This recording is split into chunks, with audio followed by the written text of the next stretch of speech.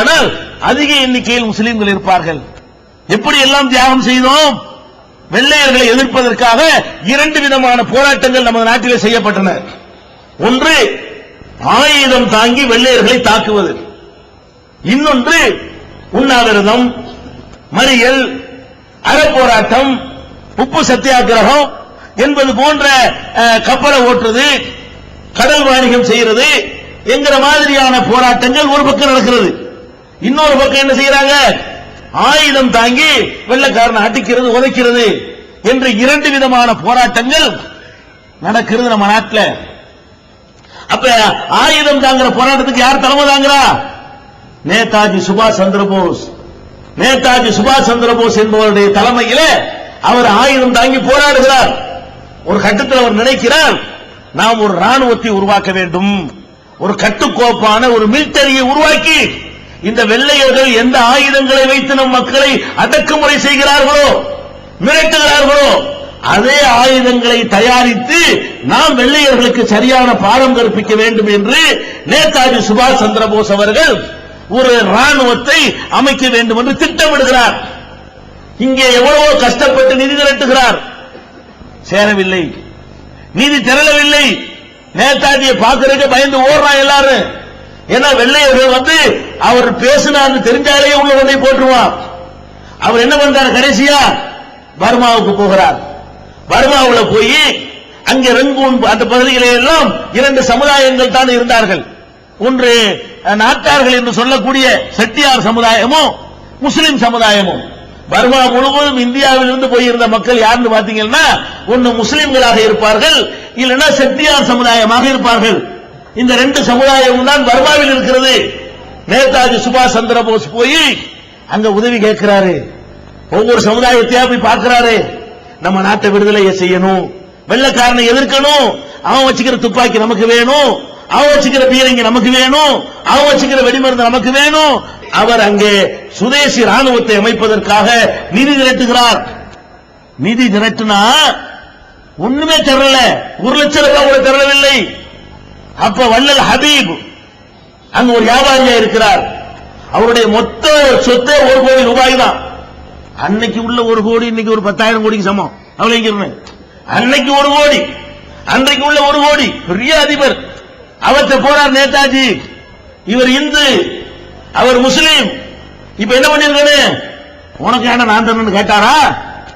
எவ்வளவு வேணும், என்ன ஷார்டேஜ்ங்கிறாரு. ஷார்டேஜா? ஒருத்தருமே தரல, மொத்தத்துமே பிளாங்கா இருக்குது. எவ்வளவு வேணும்? 1 கோடி ரூபாய். மொத்த 1 கோடி ரூபாயும் கொடுத்தவன் யாரு? வள்ளல் ஹபீப் கொடுத்தானே. அதுக்கு நிகரான ஒரு தியாகியை சொல்லு பார்ப்போம்.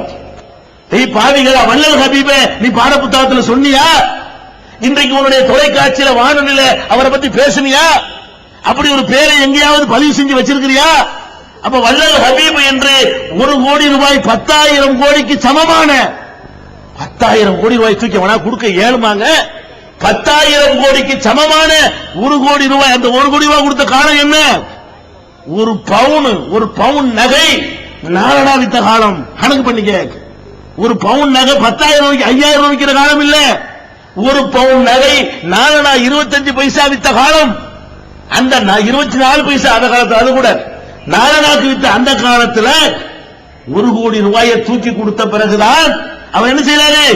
வெள்ளைக்காரனுக்கு அவன் பாசையில பதிலடி கொடுப்பதற்காக ஆயுதங்களை திரட்டுகிறார், ராணுவத்தை உருவாக்குகிறார். அப்படி உருவாக்குற ராணுவத்தில் நல்லா கவனிக்கணும். காசை கொடுத்து ஒதுங்கிட்டானா முஸ்லீம்? அவர் ஒரு படையை உண்டாக்குறார். மிலிட்டரி என்ன? உயிரை பணையம் வச்சு வெள்ளைக்கார மாதிரி ஒரு இடத்துல செட்டில் ஆகி உட்கார்ந்துகிட்டு இருக்கிற படை இல்லை இது. தலைமறைவு படை, கொரில்லா படை. அவங்களுக்கு எங்க அலுவலகம் கிடையாது. தளபதினா உட்கார்ந்து ஏசில உட்கார்ந்துகிட்டு ரிமோட்ல உத்தரவு போடக்கூடிய காலம் இல்ல. அந்த நேரத்தில் அந்த சுதேசி ராணுவத்தில் தளபதியாக யார் நியமிக்கப்பட்டார் தெரியுமா? தளபதி தான் களத்திலே நிற்பான். இந்தியாவுக்கும் பாகிஸ்தானுக்கும் போர் நடக்குமேயானால் அப்துல் கலாமை நிற்பாராங்க. மன்மோகன் சிங் போய் நிற்பாரா? யார் நிற்பா? களத்தில் போய் நின்று காரியமாற்றக்கூடியவன் தளபதி தான். யார் முப்படை தளபதியாக இருக்கிறானோ, தரைப்படை தளபதியாக இருக்கிறானோ அவன் தான் போய் அங்க கமாண்ட் பண்ணுவானே தவிர பிரதமர் களத்துக்கு வரமாட்டார். பிரதமர் எல்லாம் கரெக்டா சேஃப்டி பண்ணிட்டு அவங்க போவாங்க. ஜனாதிபதி எல்லாம் கரெக்டா சேஃப்டி பண்ணிக்கிட்டு அந்தரங்க பாதாளத்தில் வச்சுட்டு அவர்கள் தங்களை அழித்துக் கொள்வதற்காக போகிறார்களே, அந்த தளபதி யார் தெரியுமா? ஷானவாஸ் கான். நேதாஜி ராணுவத்தை உண்டாக்குறாரு. ராணுவத்துக்கு பணம் கொடுத்தவன் யாருன்னு பார்த்தா வல்லல் ஹபீப். அவங்க காசுல ஆயுதம் வாங்கப்படுது. அந்த மொத்த ராணுவத்துக்கு யார் தளபதி? ஷானவாஸ் கான். ஷானவாஸ் கானை எத்தனை பேருக்கு தெரியும்? வெள்ளை ராணுவத்திற்கு தண்ணி காட்டிய, வெள்ளை ராணுவத்திற்கு எதிராக நின்று களமிறங்கி சரிக்கு சரியாக பதிலடி கொடுத்த, பெரும் சேதங்களை ஏற்படுத்திய இந்த உண்ணாவிரதத்தை பார்த்து விளக்கம் ஓடி போயிட்டானா? அப்ப நம்முடைய மறியலோ நம்முடைய ஆர்ப்பாட்டமோ அவனை கொஞ்சம் கூட கலகலக்க வைக்காது. அவனுக்கு எது பயத்தை உண்டாக்கு?